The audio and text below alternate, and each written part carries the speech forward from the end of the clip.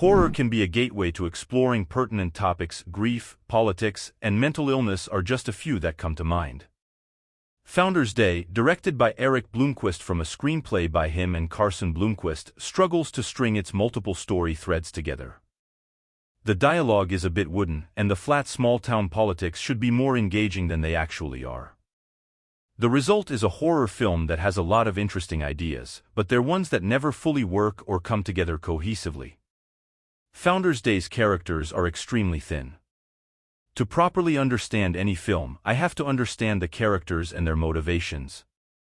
To that end, Founders Day's characters are severely lacking in any depth and too often feel like caricatures of people with far more intrigue than we're given. The poor acting choices don't exactly help, and the film is too self-serious for its own good.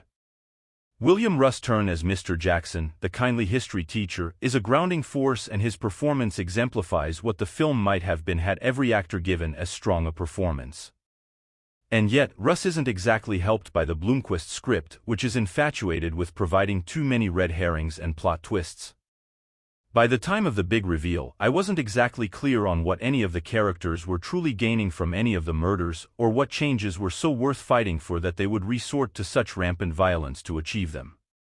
Perhaps it's because none of the characters had pathos. Even when the killings occurred, the script didn't leave room for the characters to process the shock and grief. One-dimensional portrayals of Mayor Gladwell, Amy Hargreaves, and Harold Faulkner, Jace Bartok, are especially egregious because their heartlessness and consistent attempts to one-up each other render them more comical than twisted.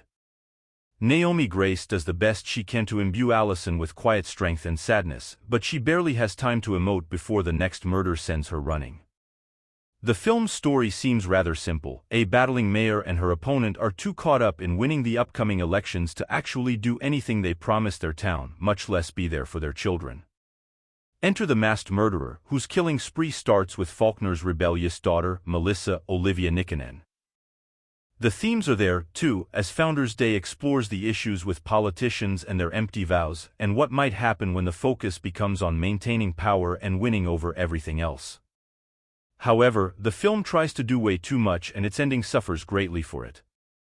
Employing more than one killer is meant to throw us off, but all it does is create too many loose threads the film's ending tries to tie up all nice and neat.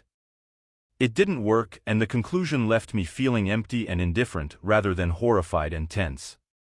The pacing is fine overall, but it doesn't help that the biggest moment is shoehorned into the final minutes with a couple of scenes that are meant to shock more than prove a point. As for the horror, Founders Day is replete with gruesome, gory kills and a masked killer who enjoys stabbing and slicing at every opportunity. A judge's gavel as the murder weapon is a nice touch and adds to the killer's warped sense of justice. The jump scares are also fairly decent, but it's hard to be fully immersed when other aspects of the horror film are lacking. Founders Day could have been camp, but it holds back. With a premise worth engaging with, the film can't quite grasp what its full intentions are, and the execution reflects that.